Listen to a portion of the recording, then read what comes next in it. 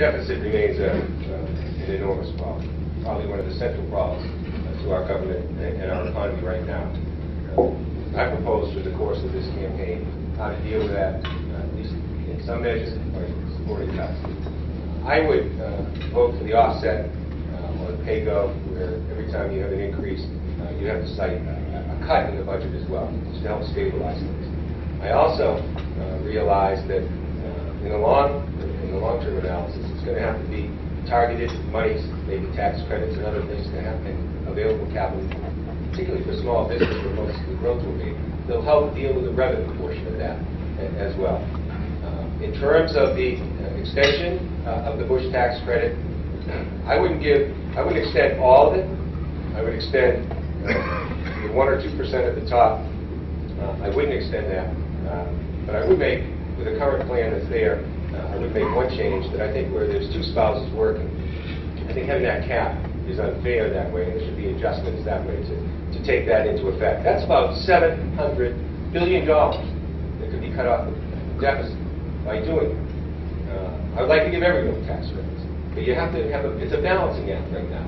You have to balance off issues versus the budget. I've offered a proposal, it wasn't mine. Believe it or not, it was Ron Paul and Arnie Frank. Two people, if they agree on this, it must be a pretty good idea. In terms of the Sustainable Defense Commission that they have. They showed that we could save $1 trillion in the next several years by eliminating, cutting back our military bases in Europe for countries that have no enemies, and paying the military of those companies that are competing against us economically. What a wonderful thing it would be if we could compete in this country without the burden of paying for our own military. Yet we are offering our competitors economically that same advantage. So there's a $1.7 trillion I would use right there off the top of my head to help address. But we're going to have to make cuts as well as curtail spending.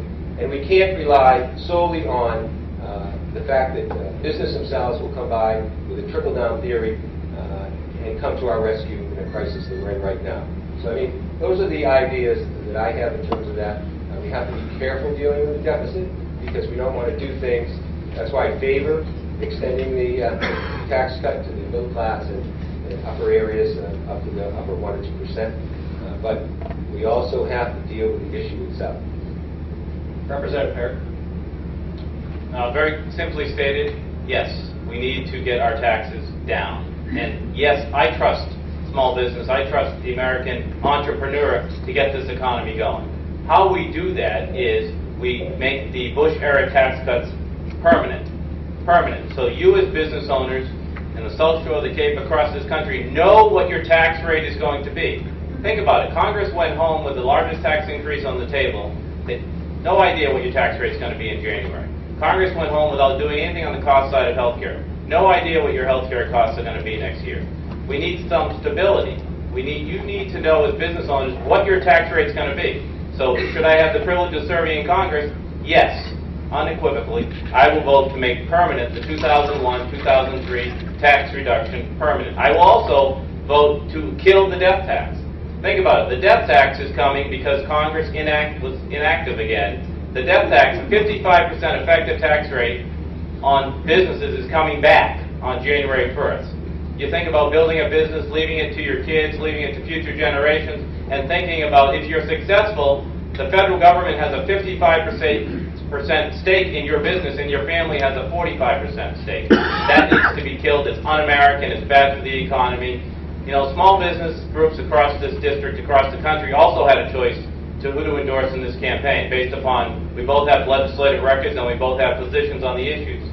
And they, once again, have endorsed me. The United States Chamber of Commerce has endorsed my campaign. The National Federation of Independent Business Owners have endorsed my campaign. It's important. It's the most important thing is to allow the free market, allow businesses to create jobs. 70% of the jobs that will be created in the future and in the past are created by the small business people, not government. We need to have a stable, low, fair tax policy, eliminate the death tax, and do something on the cost of health insurance. And I trust the free market will get us out of this.